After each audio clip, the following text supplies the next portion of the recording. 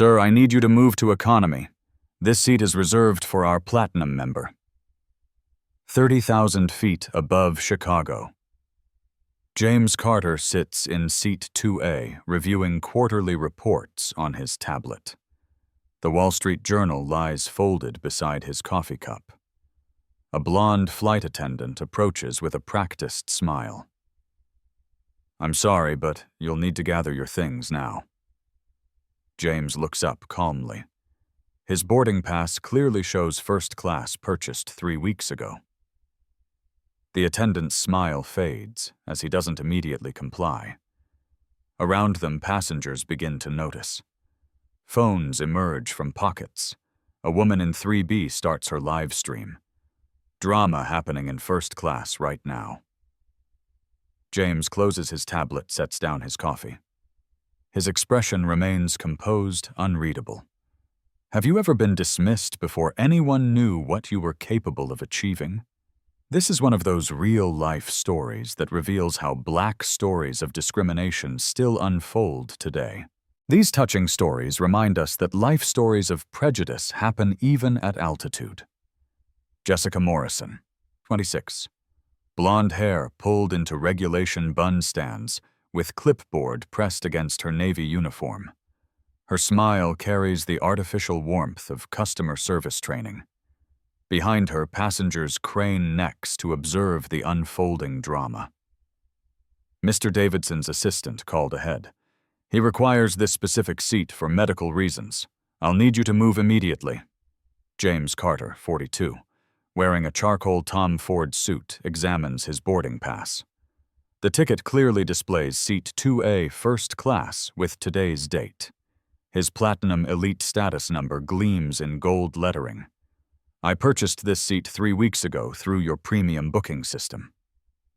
Jessica's posture stiffens. Her voice drops to a whisper, though nearby passengers lean closer to catch her words. Sir, please don't make this more difficult than necessary. Mr. Davidson is a very important customer. The woman in 3B, Sarah Chen, adjusts her phone angle for better live stream coverage. Her viewer count reads 847 and climbing. Comments flood the screen. What's happening? Is this discrimination? This looks bad. James opens his leather briefcase, revealing organized documents and a sleek laptop. A business card holder sits prominently in the front pocket. The briefcase bears a subtle embossed logo, WG Aviation. Ma'am, I'd like to speak with your supervisor. Jessica's jaw tightens. She glances toward the galley where Brad Thompson, head flight attendant, organizes meal service. At 43, Brad carries 20 years of airline experience and zero patience for passenger complaints. I am handling this situation appropriately. You have 30 seconds to comply. James pulls out his iPhone, checking a text message. Board meeting moved to 6 p.m. sharp. Don't be late. Critical merger discussion. Sarah. He types a quick response. May be delayed. Handling personnel issue. The captain's voice crackles through the intercom. Ladies and gentlemen, we'll begin our descent into Los Angeles in approximately 10 minutes. Flight attendants, please prepare for arrival procedures. Jessica waves toward Brad, who approaches with measured steps. His expression suggests annoyance at being interrupted from his duties. What seems to be the problem here? This gentleman refuses to vacate seat 2A for Mr. Davidson's medical accommodation. Brad studies James with practiced assessment. His eyes linger on the expensive suit, the leather briefcase, the platinum boarding pass. Yet something in his expression suggests skepticism about James's belonging in first class. Sir, I need you to understand that Mr. Davidson has been flying with us for 15 years. His loyalty deserves recognition. Sarah Chen's live stream viewer count jumps to 1-200. Comments accelerate. This is disgusting. Know your place. Someone call the news. Record everything. James remains seated, hands folded calmly in his lap. His voice carries quiet authority without aggression. I'd like to see the medical documentation requiring this specific seat assignment. Brad's face reddens slightly. Jessica shifts her weight clipboard, trembling in her grip. We don't discuss other passengers' medical information company policy. Then I'll need your names and employee identification numbers for my records. The request catches both attendants off guard. Passengers throughout first class watch the exchange with growing interest. A businessman in 1C discreetly activates his phone camera. Brad straightens his shoulders, asserting authority through posture. I'm Brad Thompson, senior flight attendant. Employee ID 47221. This is Jessica Morrison, ID 62847. And you are. James reaches into his jacket pocket, withdrawing a Mont Blanc pen. He writes their names in neat handwriting on the back of his boarding pass. James Carter. Neither attendant recognizes the name. Jessica checks her passenger manifest, finding his reservation listed under standard booking procedures. The captain announces flight crew prepare cabin for descent. Landing in Los Angeles in 8 minutes. From economy class, a commotion approaches. Richard Davidson, 54, silver-haired and wearing a navy blazer, strides toward first class with entitled confidence. His assistant follows, typing furiously on her tablet. Thank you for handling this situation professionally. I have a crucial merger meeting at L. Davidson eyes James with unconcealed irritation, as if viewing an obstacle rather than a person. Some people just don't understand their place in the hierarchy. Sarah's live stream explodes with comments. Viewer count hits 156. Screenshots circulate on Twitter. The hashtag #FirstClassRacism begins trending in Los Angeles. James slowly closes his briefcase, ensuring the clasp clicks audibly. He stands straightening his tie with deliberate precision. His movements carry dignity despite the humiliation. I'll move to economy, but first may I have everyone's business cards? The request puzzles the group. Jessica fumbles in her pocket, producing a standard Sky First Airlines crew card. Brad hands over his supervisor credentials. Davidson waves dismissively. I don't carry cards for situations like this. James accepts the cards, studying them carefully before sliding them into his wallet. His phone buzzes with another message. Wellington Group Board convening early. Airport conference room reserved. Ah, executive assistant. He types back. Cancel boardroom. We'll handle this matter in flight. Is there anything else you require before I relocate? Jessica and Brad exchange glances, sensing something unusual in James's composed demeanor. Davidson taps his watch impatiently. Just move already. Some of us have important business to conduct. The captain's final announcement echoes through the cabin. Flight attendants, take your seats for landing. 7 minutes to touchdown. James gathers his belongings with unhurried precision. His briefcase, his tablet, his Wall Street Journal. He pauses at the aisle, turning back to face the group. Thank you for this educational experience. I'll be sure to document everything thoroughly. As he moves toward economy, Sarah's live stream captures his dignified exit. Comments pour in supporting him, condemning the crew's behavior, demanding accountability. None of them realize they've just humiliated the owner of their airline. James Carter settles into seat 14B, wedged between a college student wearing headphones and a businessman reading emails. The economy cabin buzzes with whispered conversations about the first-class incident. Passengers crane their necks, trying to glimpse the man who was publicly displaced. Sarah Chen continues her live stream from 3B, narrating events for her growing audience of 3,147 viewers. Comments stream across her screen faster than she can read them. This is absolutely unbelievable, guys. They literally kicked this well-dressed black man out of first class for some white guy who claims medical needs. Meanwhile, Richard Davidson spreads documents across the vacated seat, 2A phone press to his ear, discussing quarterly projections with his Los Angeles team. Make sure the Henderson Group representatives understand we're acquiring their Pacific routes. This deal closes tomorrow. Jessica Morrison moves through the aisle collecting pre-landing items while stealing glances toward economy. Something about James's calm reaction unsettles her. Most displaced passengers argue demand compensation, threaten complaints. His quiet acceptance feels ominous. Brad Thompson approaches the cockpit, updating Captain Rodriguez about the seating situation. "We handled a minor passenger displacement. Everything's under control for landing." Through the cockpit, radio air traffic control confirms. "Sky First, 447, you're cleared for approach. Runway 24 left." In economy, James opens his laptop, connecting to the aircraft's premium Wi-Fi. His screen displays a familiar interface, Sky First Airlines' internal employee portal. He navigates to the Human Resources section, accessing disciplinary procedures and company policies.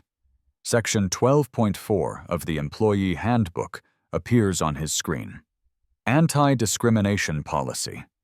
Any employee found guilty of discriminatory behavior based on race, gender, religion, or ethnic origin faces immediate termination.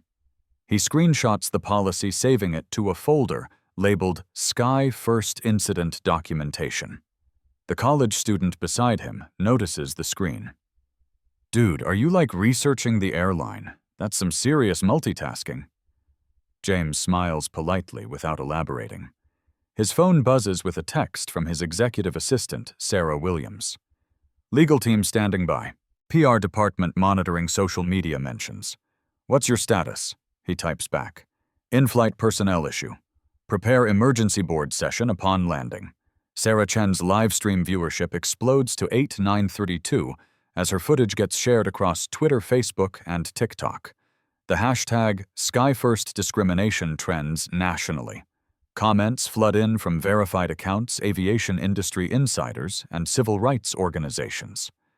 At Aviation Today, tweets, "Investigating reports of passenger discrimination on Sky First Airlines Flight 447. Video evidence circulating." At Civil Rights Now retweets, "This is 2024. How are we still seeing this behavior?"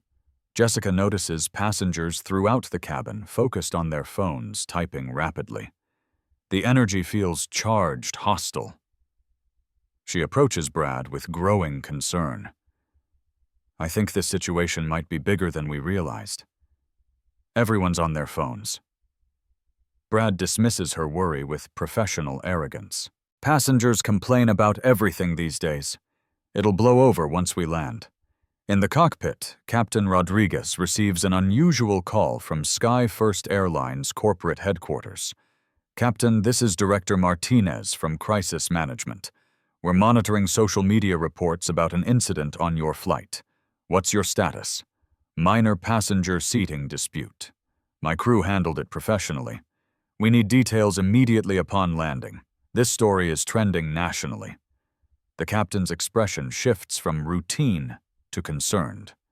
He's piloted commercial flights for 23 years without a single passenger relations incident reaching corporate attention.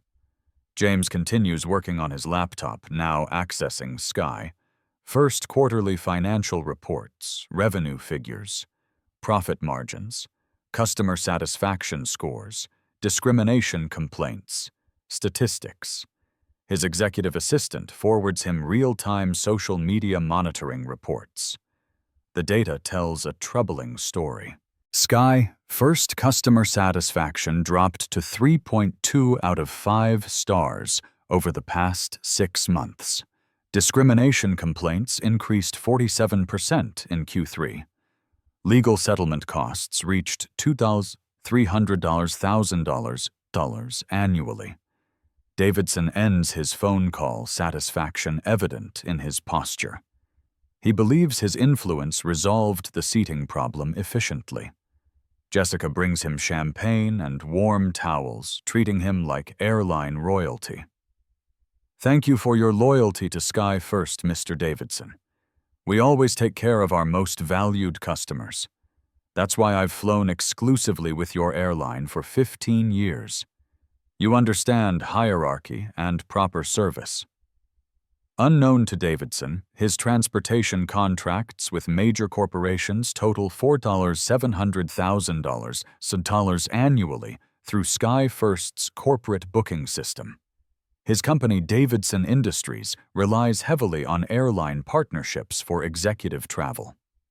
Sarah's live stream captures Davidson's smug satisfaction, contrasting sharply with James's dignified displacement. Comments explode with outrage. "This man is disgusting. How is this legal in 2024? Someone needs to identify these people. Justice for the man they kicked out." The aircraft's wheels touch LAX runway 24L with a gentle bump.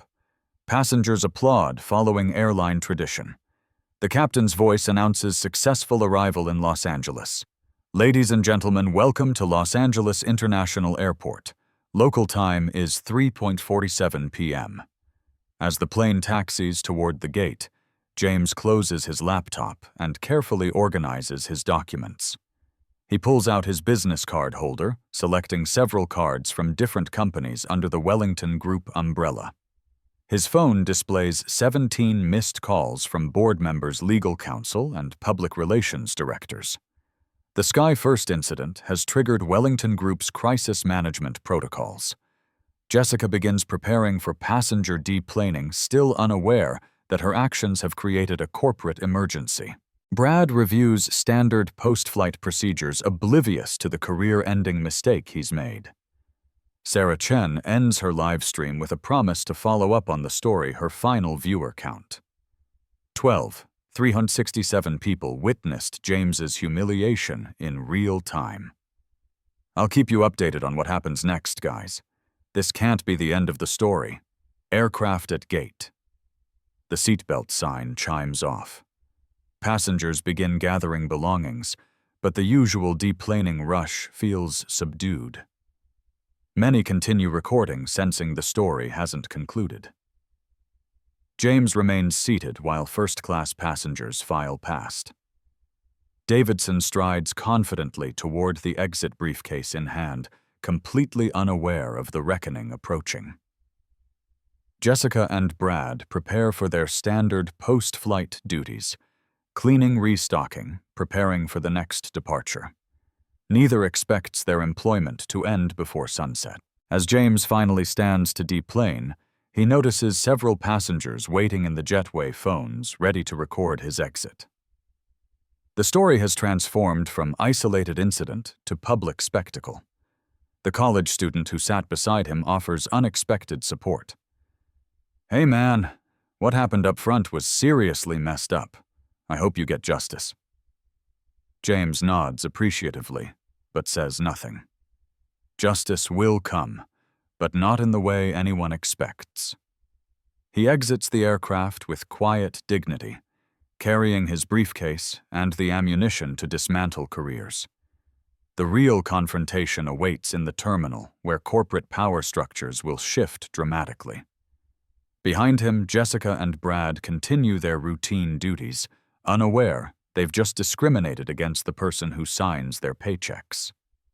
LAX, Terminal 4, Gate 47, 4:02 p.m. James Carter walks through the jetway with measured steps, his leather briefcase containing documents that will reshape Sky First Airlines' leadership structure. Passengers from Flight 447 cluster near the gate phones, recording his dignified exit. Sarah Chen approaches him directly, livestream still active with 15,203 viewers watching. "Excuse me, sir. I'm the one who filmed what happened. I'm so sorry that occurred. Would you like to share your side of the story?" James pauses, considering her offer. His expression remains calm, professional. "Thank you for documenting the truth. What's your name?" "Sarah Chen. I'm a travel blogger. This footage is going viral across every platform. Ms. Chen, in approximately 10 minutes, you'll witness something remarkable. Keep recording." Behind them, Jessica Morrison and Brad Thompson emerge from the aircraft, pulling their crew luggage toward the employee corridor. Davidson strides past with entitled confidence, heading toward ground transportation. James opens his briefcase, withdrawing a business card holder. He selects a pristine white card, embossed with gold lettering. "James Carter, Chief Executive Officer, Wellington Group. Sarah's eyes widen as she reads the card. Her livestream comments explode. Oh my God, he's a CO. Plot twist incoming. This is about to get real. Wellington Group, I've heard of that company. We own 47 subsidiaries across transportation, hospitality, and logistics, including the airline that just discriminated against me. Sarah's phone nearly slips from her trembling hands. The revelation sends shockwaves through her live audience as viewer count jumps to 18,934. James approaches the gate counter where Sky First Airlines staff process delayed flights and passenger complaints. Jennifer Walsh, gate supervisor, looks up from her computer screen. Can I help you, sir? I need to speak with your station manager immediately. There's been a serious personnel incident on Flight 467.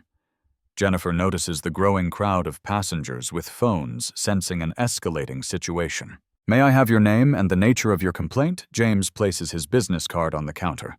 Jennifer's professional demeanor shifts to confusion, then recognition, then panic. Mr. Carter. Sir, we weren't expecting. Where is Station Manager Rodriguez? He's in his office. I'll call him immediately. Jennifer's hands shake as she dials extension 4847. Through the terminal speakers, a page echoes. Station Manager Rodriguez to Gate 47. Station Manager Rodriguez to Gate 47. Priority. Meanwhile, Jessica and Brad continue toward the employee break room, discussing their next flight assignment scheduled for 6:30 p.m. to Denver. Neither notices the commotion at the gate counter. Station Manager Carlos Rodriguez, a 20-year Sky First veteran, hurries toward Gate 47. He's handled passenger complaints ranging from lost luggage to medical emergencies, but nothing in his experience prepared him for this moment. He spots James standing calmly beside the gate counter, surrounded by recording passengers.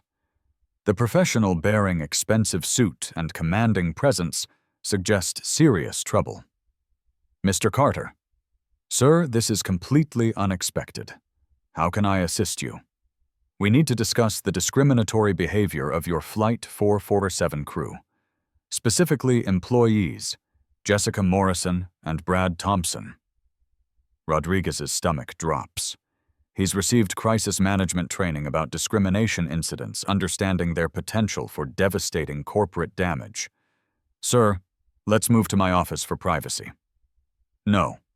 This conversation happens here publicly where the discrimination occurred. Sarah Chen adjusts her phone angle, ensuring clear audio for her 22,851 viewers. Comments flood faster than she can read. Who owns the airline that discriminated against him? This is the best plot twist ever. Those flight attendants are so fired. James opens his briefcase, withdrawing a folder labeled Sky First Airlines Acquisition Documentation. He hands Rodriguez a copy of the merger agreement dated 18 months prior. The Wellington Group purchased Sky First Airlines for $847 million, 0 cents. I am the shareholder and chairman of the board. Rodriguez studies the documents, his face draining of color. The signature's corporate seals and legal language confirm James's claims. He's just witnessed his employees discriminate against their ultimate boss. Sir, I had no knowledge of the incident until this moment. Please accept my sincere apologies. Apologies don't address systemic discrimination. Your crew violated Company Policy Section 12.4, Federal Aviation Regulations, and Basic Human Dignity. Behind them, Jessica and Brad finally notice the crowd at Gate 47. They approach curiously, still unaware of the unfolding catastrophe. What's all the commotion about Rodriguez rarely handles passenger complaints personally? As they draw closer, Jessica recognizes James from the flight.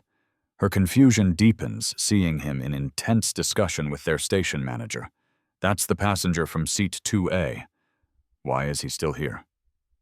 Brad squints at the scene, noticing the corporate documents, the recording phones, the station manager's distressed expression. Something's not right.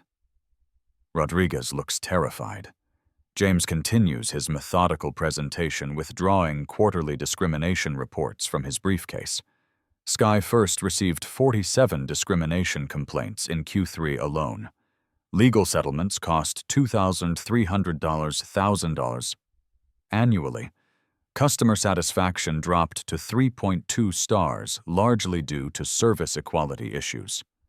Rodriguez nods helplessly, recognizing the corporate data he reports monthly to headquarters. "Sir, we've implemented sensitivity training programs.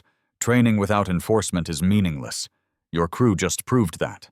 Sarah's live stream viewer count peaks at 31,402 as word spreads across social media platforms. Aviation industry journalists begin reaching out for official statements. James pulls out his phone, speed dialing his executive assistant. "Sarah, it's James. Convene an emergency board meeting for 5 p.m. Conference Room A at LAX corporate offices. Full disciplinary review for Sky First personnel." He ends the call, turning back to Rodriguez. "You have 45 minutes to locate Jessica Morrison and Brad Thompson. They're required at the board meeting for formal termination procedures." Rodriguez radio crackles. "Station manager, we have Jessica and Brad approaching your location." The two flight attendants push through the crowd, finally comprehending the severity of their situation. Jessica's face goes pale, seeing James's business card on the counter. "Is that... No, that can't be real." Brad reads over her shoulder. "James Carter, Chief Executive Officer, Wellington Group. Wellington Group owns our airline." The realization hits simultaneously. They've discriminated against their own CEO during a routine flight. Their careers' pensions and professional reputations face immediate termination. Jessica's voice cracks. "Mr. Carter, sir, I had no idea. If I had known you had no idea because you assumed I didn't belong in first class, based solely on my appearance." James's tone remains calm, factual, devastating. "Your assumption violated company policy, federal regulations, and basic professional standards. Warning. Brad attempts damage control.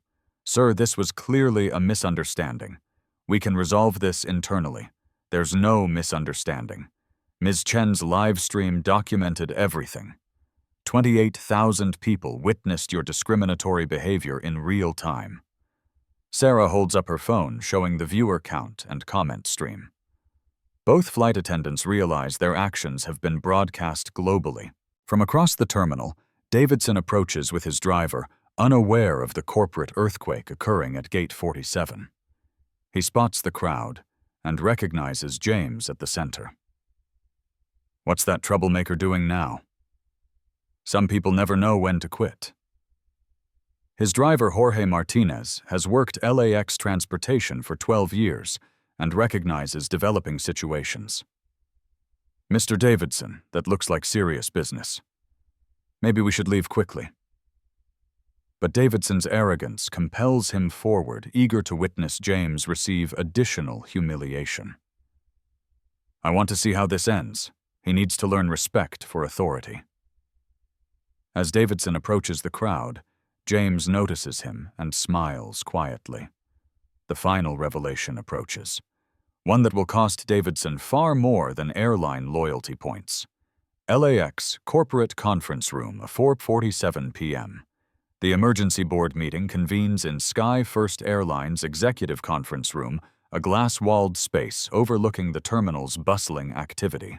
James Carter sits at the head of a mahogany table, flanked by his legal counsel and Wellington Group executives, who arrived within 30 minutes of his call. Station manager Rodriguez escorts Jessica Morrison and Brad Thompson through the door, both wearing expressions of professional dread. Neither has showered or changed from their uniforms. Jessica clutches tissues, her makeup smudged from tears.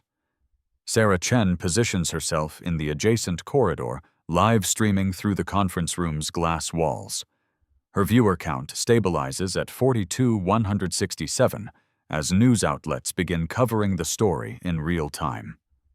James opens a leather portfolio containing financial documents, legal precedents, and employee disciplinary procedures. His movements carry the precision of someone who has dismantled careers before. Miss Morrison.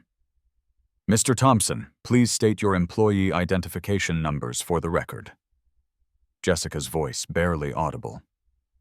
62-847. Brad straightens defensively. 47-291. Sir, I want to emphasize that our actions followed standard passenger accommodation procedures.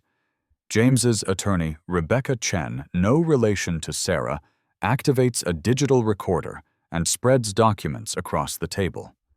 Standard procedures don't include racial profiling. Let's review the evidence. A large monitor descends from the ceiling, displaying Sarah's live stream footage from Flight 447. The video shows Jessica's initial approach, her dismissive tone, and Brad's authoritative intervention. Comments from viewers provide real-time public reaction.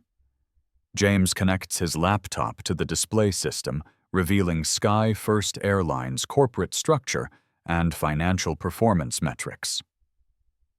Wellington Group acquired Sky First Airlines 18 months ago for $847 million. Current quarterly revenue, $2, $100, $1,000, $0. Customer satisfaction rating, 3.2 out of 5 stars. The numbers fill the screen in stark accusatory detail.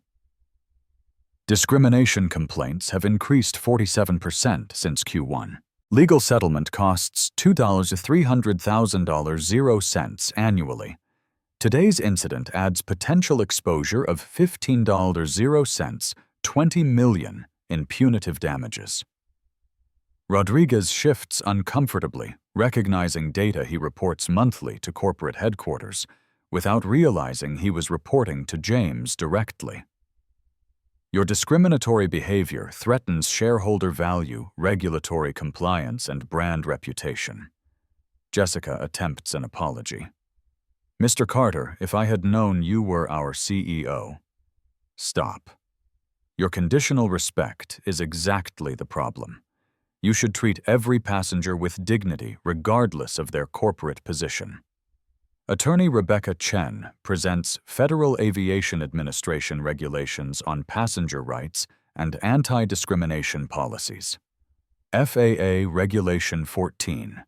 CFR 382.7 prohibits discrimination based on race, color, national origin, religion, sex, or ancestry in air transportation. Violations carry fines up to $37,377.00 per incident.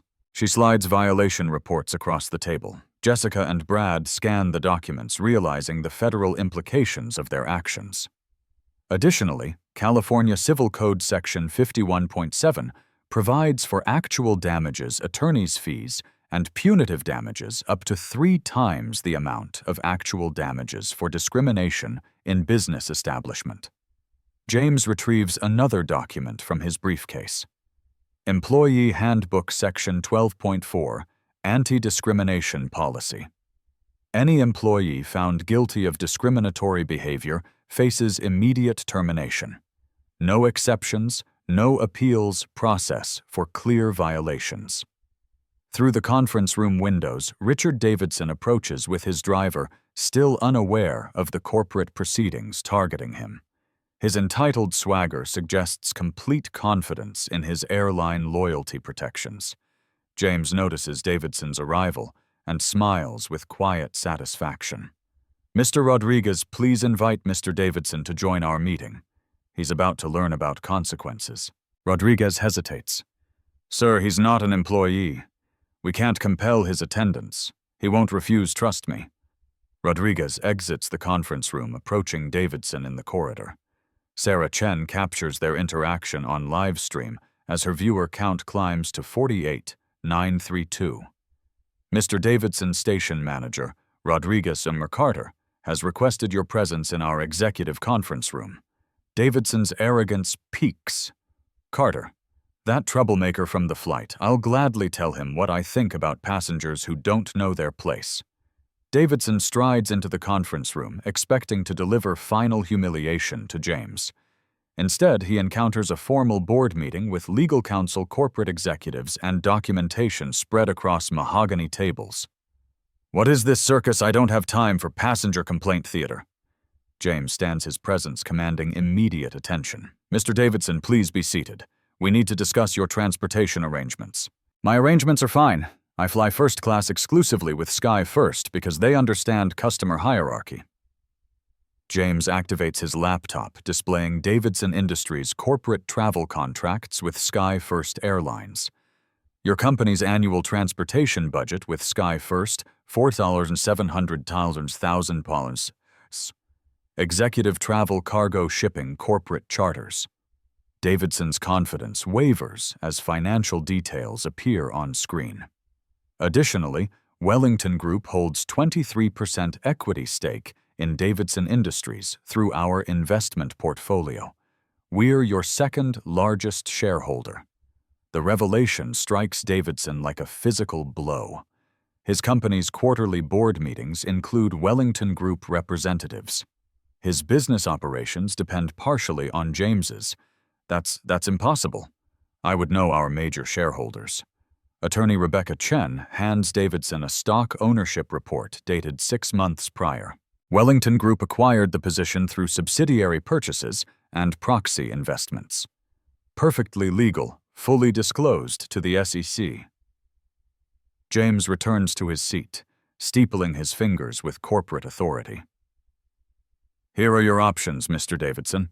Accept a lifetime ban from Sky First Airlines with dignity, or face contract termination, shareholder pressure, and potential securities fraud investigation for misrepresenting your airline relationships to business partners." Davidson's face reddens with rage and humiliation. "You can't do this. I have rights. You have the right to face consequences for your discriminatory behavior. Nothing more." James turns to Jessica and Brad, his tone shifting to administrative finality.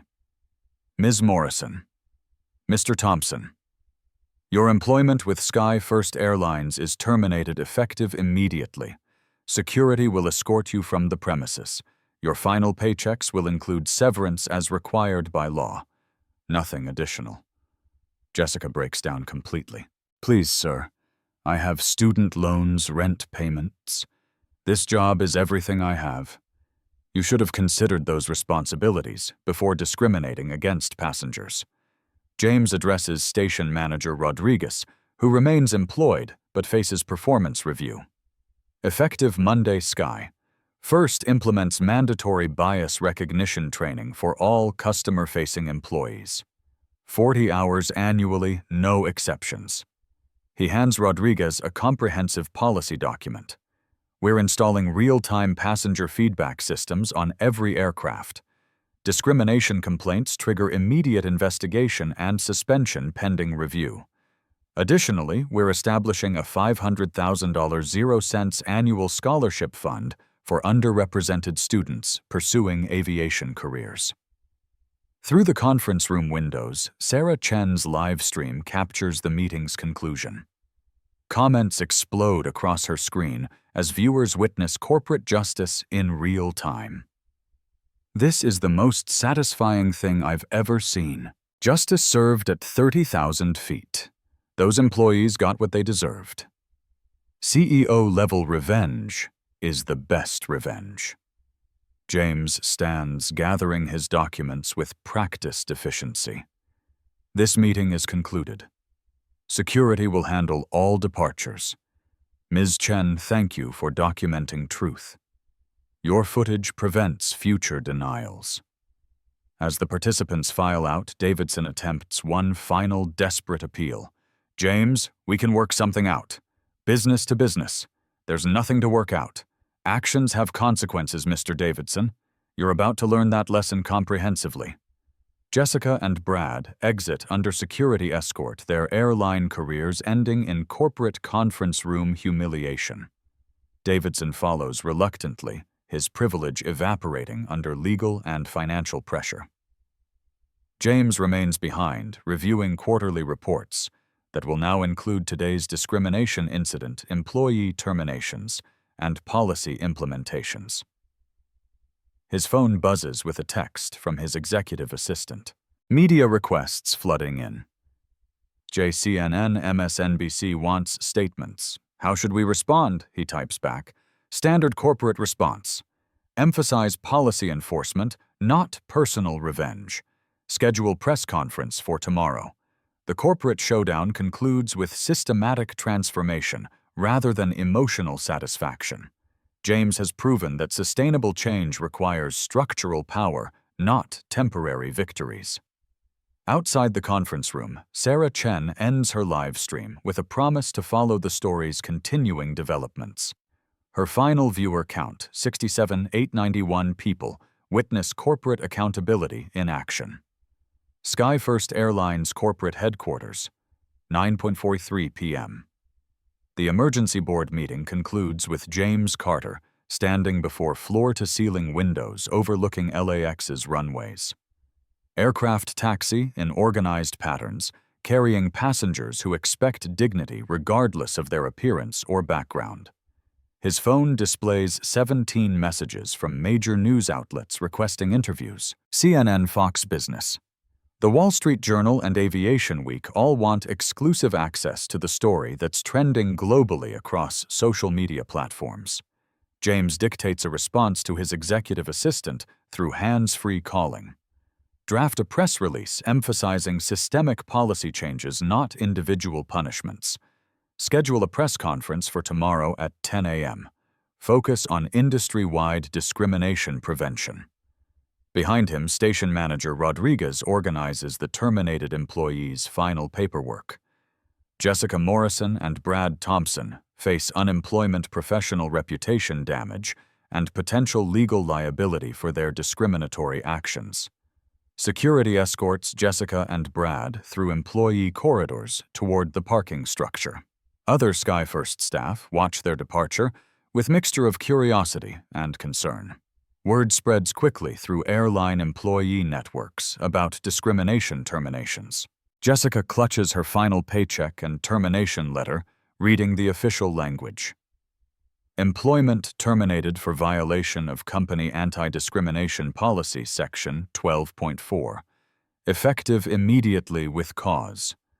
Brad attempts to maintain dignity during the humiliating exit. This will be overturned. Unions protect against wrongful termination. The security officer Maria Santos has worked LAX for 8 years and various employee dismissals. She responds without sympathy. Discrimination violations aren't protected by union contracts. You're done. In the parking garage, Jessica calls her roommate through tears. I lost my job. Everything's gone. It's all over social media. Her friend Jennifer watches Sarah Chen's live stream replay. Girl, you discriminated against the CEO of your own airline. This is national news. You're trending on Twitter. Richard Davidson sits in his black Mercedes phone pressed to his ear with his company's general counsel. The conversation grows increasingly heated as legal implications become clear. Richard Wellington Group holds significant voting rights in our company. They can influence board decisions, executive compensation, strategic partnerships. How was I supposed to know some random passenger owned our airline? That's exactly the problem. You treated him like some random passenger based on racial assumptions. Davidson's driver, Jorge Martinez, observes the conversation while navigating LAX traffic. He's transported hundreds of business executives and recognizes when powerful people face consequences for their behavior. Sir, maybe we should focus on damage control rather than justification. Davidson ends his call with corporate counsel immediately dialing his public relations firm. We need crisis management. The airline incident is exploding across every platform. His PR director, Amanda Stone, has already reviewed the viral footage. Richard. There's no spinning this. You publicly supported discrimination against the airline's CEO. We're recommending immediate public apology and sensitivity training. James returns to his temporary LAX office, where his team has assembled comprehensive policy reform documents. Chief Operating Officer Patricia Williams presents the Discrimination Prevention Framework developed over the past 2 hours.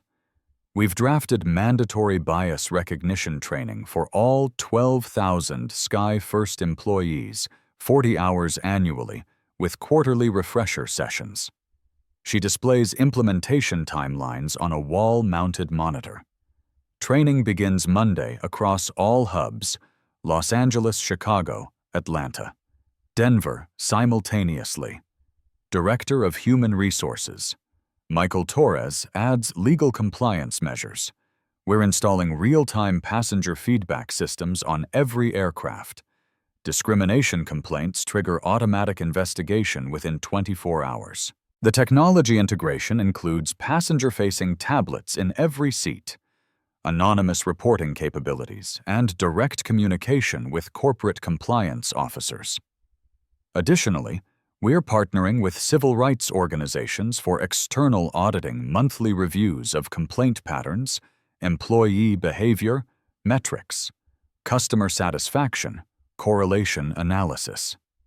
James reviews the comprehensive reforms, ensuring each measure addresses systemic problems rather than individual incidents.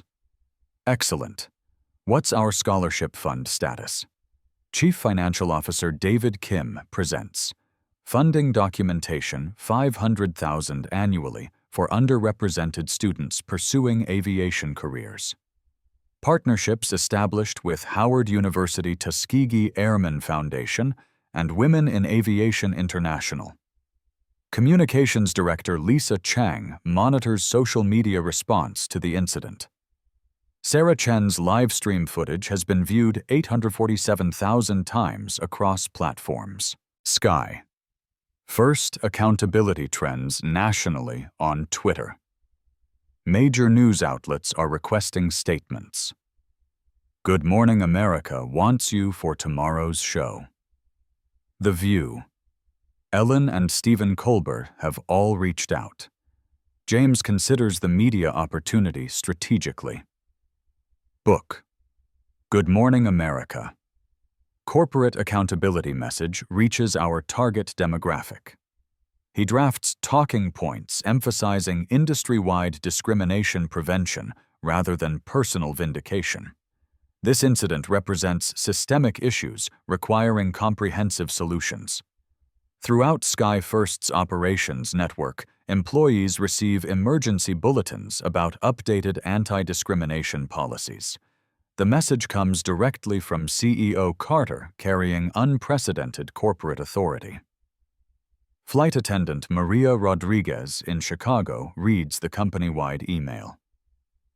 Effective immediately, any discriminatory behavior results in immediate termination. No warnings, no second chances. Her colleague James Park discusses the implications during their crew briefing. 2 people lost their jobs in 1 day. Corporates not playing games anymore. Ground staff at Denver International Airport review the policy changes during shift meetings. Supervisor Carol Martinez emphasizes the severity. Treat every passenger with identical respect. Your job depends on it. Attorney Rebecca Chen negotiates with federal regulators regarding FAA compliance measures. The discrimination incident triggers Department of Transportation oversight and potential civil rights investigation. DOT is requiring quarterly discrimination prevention reports. We'll submit passenger complaint data, employee training completion rates, and incident response timelines. She presents legal exposure analysis. Current incident exposure ranges from $2,000 $5 million in federal fines. Our proactive policy changes should minimize penalties. James approves comprehensive legal compliance measures, full cooperation with federal oversight. We become the industry standard for discrimination prevention. Within hours of Sarah Chen's viral footage, 3 major airlines announced policy reviews. Delta American and United issue statements about discrimination tolerance and passenger rights protection. Aviation industry publication. Flight Global reports. SkyFirst Airlines incident triggers sector-wide discrimination policy examination. Carter Group's response sets new accountability standards. James receives calls from fellow airline executives seeking guidance on bias prevention training programs. His company's crisis response becomes a template for industry-wide reform. At Los Angeles International Airport, ground crews discuss the incident during shift changes. Baggage handler Roberto Santos tells his supervisor that CEO handled it perfectly. No shouting, no threats, just consequences. TSA officers review their own anti-discrimination protocols, recognizing similar vulnerabilities in passenger screening procedures.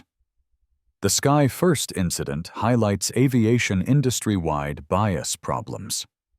Passenger advocacy groups praise James's systematic approach to discrimination prevention. Civil rights organizations request partnerships for ongoing oversight and policy development. SkyFirst Airlines' stock price increases 8% in after-humans trading as investors respond positively to the comprehensive discrimination prevention measures. Financial analysts view the policy changes as risk mitigation for future discrimination lawsuits.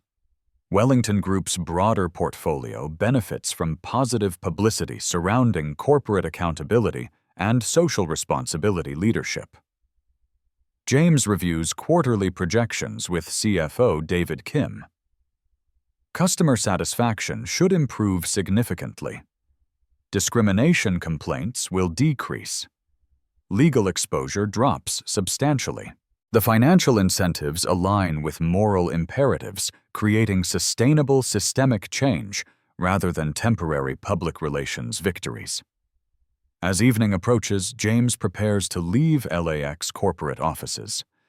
His phone contains dozens of supportive messages from business leaders, civil rights advocates, and ordinary passengers who witness the live stream. One message from Sarah Chen reads, "Thank you for handling this with such dignity and wisdom. You've inspired real change." James types back, "Thank you for documenting truth." Sunlight remains the best disinfectant for discrimination. He gathers his briefcase containing the same documents that revealed his corporate authority during the flight attendant confrontation. The leather case now holds policy reforms that will prevent similar discrimination incidents across the aviation industry. James's executive assistant confirms his schedule.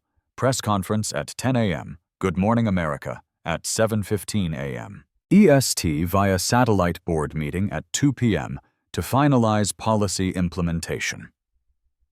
The media appearances will emphasize systematic change over personal vindication, industry-wide reform over individual punishment. As he exits the corporate building, James passes arriving night shift employees reporting for duty. Each carries updated policy handbooks emphasizing dignity, respect, and equal treatment for all passengers. The discrimination that occurred at 30,000 feet has generated ground-level reform affecting thousands of employees and millions of passengers annually. Justice achieved through institutional change proves more powerful than individual revenge. 6 months later, Harvard Business School. James Carter stands before 200 graduate students in the prestigious Baker Library Auditorium. His presentation, Dignity in Business Transforming Discrimination into Systemic Change, has drawn capacity crowds across top business schools nationwide. True leadership means building systems that prevent problems, not just solving them after they occur. The lecture hall's screens display SkyFirst Airlines transformation metrics. Customer satisfaction increased from 3.2 to 4.6 stars. Discrimination complaints dropped 78%. Legal settlement costs eliminated entirely. Professor Janet Morrison introduces the case study that's now taught in MBA programs globally. The SkyFirst Airlines incident demonstrates how individual dignity and corporate responsibility can align for sustainable change. James clicks to the next slide, showing industry-wide adoption of his discrimination prevention framework. 47. Fortune 500 companies have implemented similar policies. The goal was never personal revenge. It was preventing the next person from experiencing humiliation at 30,000 feet. SkyFirst Airlines has become the aviation industry's gold standard for diversity and inclusion. The company's stock price increased 23% over 6 months, driven primarily by improved customer satisfaction and reduced legal exposure. Jessica Morrison and Brad Thompson faced career consequences, but received opportunities for redemption. Jessica completed bias recognition certification and now works for a regional airline with exemplary passenger relations scores. Brad enrolled in diversity training and teaches customer service workshops emphasizing dignity and respect. Their stories serve as cautionary tales throughout the airline industry, reminding employees that discrimination carries both moral and financial consequences. Richard Davidson issued public apologies and completed sensitivity training, but his business relationships never fully recovered. Davidson Industries lost 3 major contracts due to negative publicity costing the company $12 million 0 cents in annual revenue. His example demonstrates that discriminatory behavior damages both individuals and institutions, creating accountability throughout corporate hierarchies. The real-time passenger feedback systems installed on every SkyFirst aircraft have processed over 2.3 million evaluations. Customer satisfaction comments frequently praise respectful, dignified service, regardless of passenger background. Flight attendant James treated everyone equally, exactly what airline service should be. Best customer service experience I've had in years. Every passenger received identical respect. The Scholarship Fund for Underrepresented Aviation Students has awarded $500,000 0 cents annually, supporting 127 students pursuing pilot licenses, aircraft engineering degrees, and airline management careers. Recipients include Sarah Chen, the travel blogger, whose live stream documented the original discrimination. She completed flight attendant training with SkyFirst Airlines, bringing her advocacy experience to customer service excellence. The incident sparked conversations about implicit bias, corporate accountability, and systemic discrimination across multiple industries. Hotel chains, retail companies, and restaurant groups adopted similar policy frameworks. James receives dozens of speaking requests monthly from organizations seeking guidance on discrimination prevention. His Carter method emphasizes institutional change over individual punishment, creating sustainable cultural transformation. Change doesn't require anger. It requires strategy persistence and the courage to demand better systems. During quiet moments, James reflects on the flight that changed an industry. His calm response to discrimination created ripple effects touching millions of lives. The briefcase that revealed his corporate authority now contains policy documents shared with civil rights organizations, government agencies, and international aviation authorities. His dignity under pressure proved more powerful than confrontation. His systematic response more effective than emotional reaction. These real-life stories remind us that touching stories of injustice can spark black stories of triumph. When life stories include discrimination, they can also include transformation. Individual experiences of bias become catalysts for institutional change when handled with strategic wisdom rather than reactive anger. James's example demonstrates that corporate leaders have responsibilities beyond profit margins.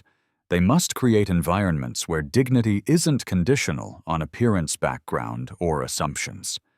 Your story matters. Have you witnessed discrimination in your workplace during travel or in daily interactions? Share your experiences in the comments below. Your voice contributes to conversations that prevent future injustice. Subscribe for more stories of people who transformed challenges into systematic change.